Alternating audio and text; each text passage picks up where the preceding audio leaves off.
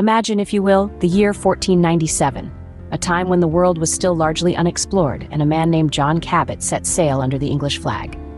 In this era of discovery, the world was a vast, mysterious place, and the uncharted waters held endless possibilities. John Cabot, an Italian explorer, persuaded King Henry VII of England to fund his voyage to find a new sea route to Asia. Now, Cabot didn't quite hit his mark, but what he found was no less significant. He landed in what is now Newfoundland, Canada, marking one of the earliest European explorations of North America. Cabot's voyage was a gamble, but it paid off handsomely for England.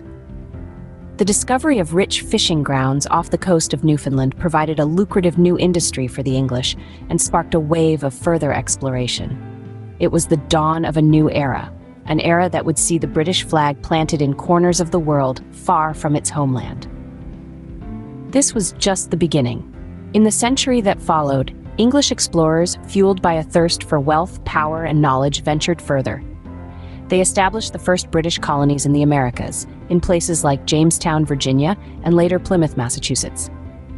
These colonies were remote, often harsh and perilous, but they were also brimming with promise. The significance of these early voyages and colonies cannot be overstated.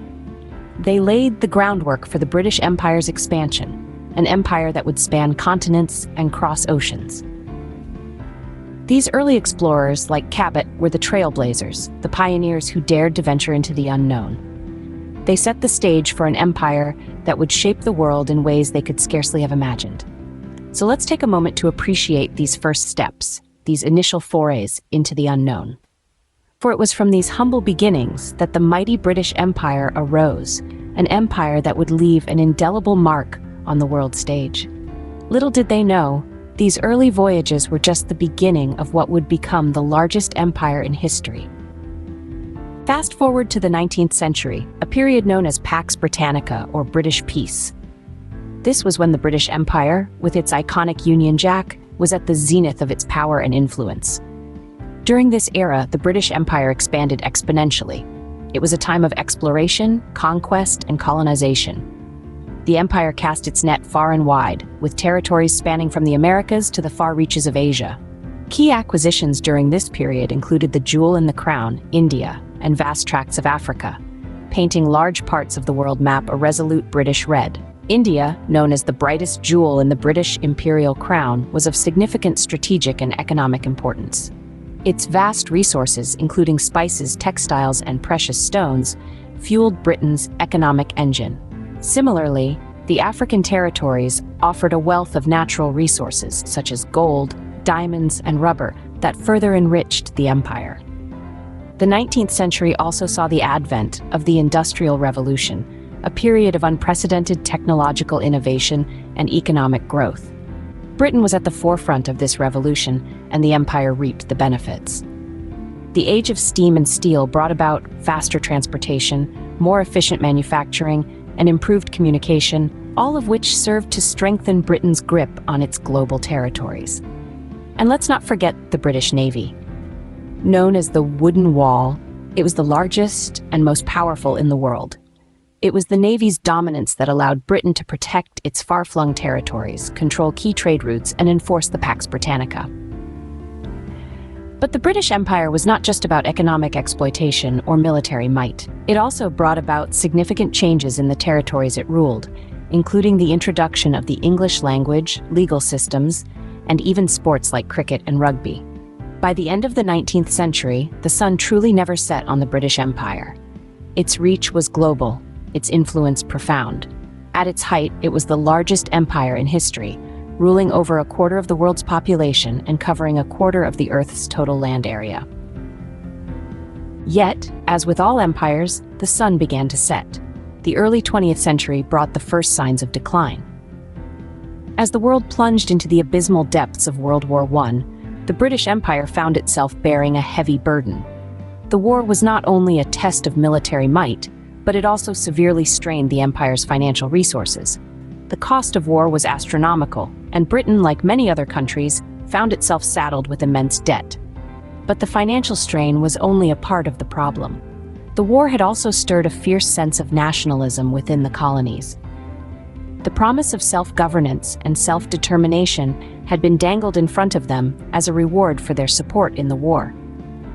This ignited a flame of desire for independence that would only grow stronger in the years to come. Yet the first significant blow to the empire's dominion came not from its colonies in Asia or Africa, but from a neighbor much closer to home.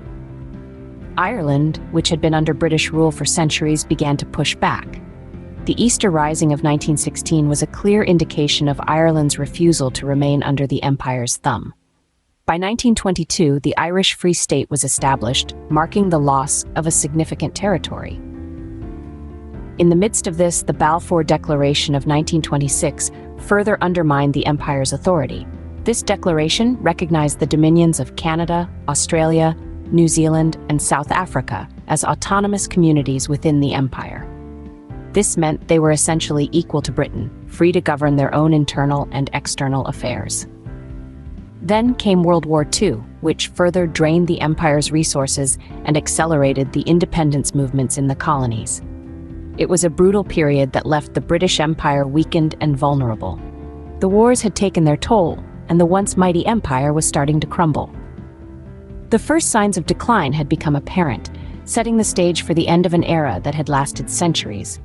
The sun was indeed beginning to set on the British Empire. Post-World War II, the world had changed. The empire was losing its grip. In this new world order, the British Empire, once a titan of global power, found itself grappling with an unprecedented wave of decolonization.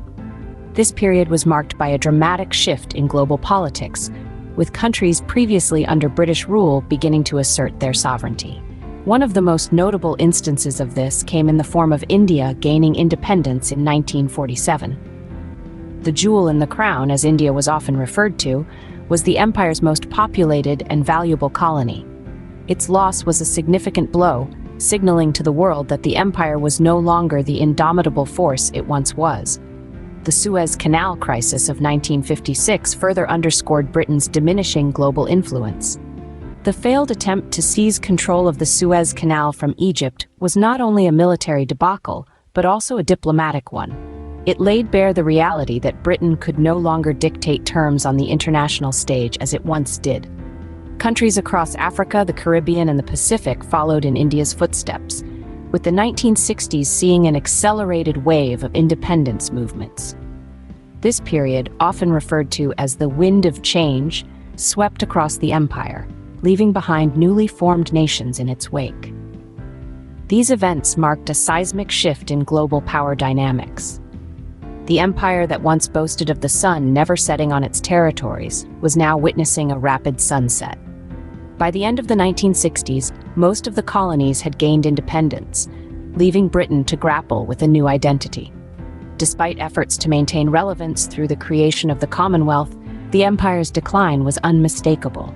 The world map was no longer speckled with the widespread red of British territories. The sun had indeed set on the British Empire. By the 1960s, the British Empire was largely a thing of the past. The sun had set on the British Empire, but its legacy continues to shape the world today. As we peel back the layers of history, the influence of this colossal empire emerges, interwoven into the fabric of our modern society. Culturally, the British Empire left an indelible imprint. English, the language of the empire, has become the lingua franca of the world, the language of business, diplomacy, and the internet. Cricket, a game invented in England, is now passionately followed in countries like India and Australia. A cup of tea, a British staple, finds its way into homes across the globe, a reminder of the trade routes and colonies that once spanned continents. Politically, the British Empire's influence is also profound. The Westminster-style parliamentary system, first formed in Britain, is now employed by many former colonies, from Canada to India. The concept of the rule of law, central to British governance, has been adopted worldwide, underscoring the importance of justice and equality before the law. Economically, the empire was a juggernaut. It laid the foundations of global trade as we know it today, establishing vast networks that connected the world. The Industrial Revolution, which began in Britain, transformed economies and societies, paving the way for modern capitalism. Yet, the legacy of the British Empire is not without controversy. The empire was built on the backs of countless individuals, often through exploitation and subjugation. The repercussions of this are still felt today in the form of economic disparities and political tensions. Reflecting on the British Empire, we see a complex tapestry of influence and impact, of power and paradox. It's a legacy that continues to shape our world, a testament to the enduring influence of an empire that once covered a quarter of the globe. The British Empire, once the most powerful entity in the world, still echoes in the corridors of history.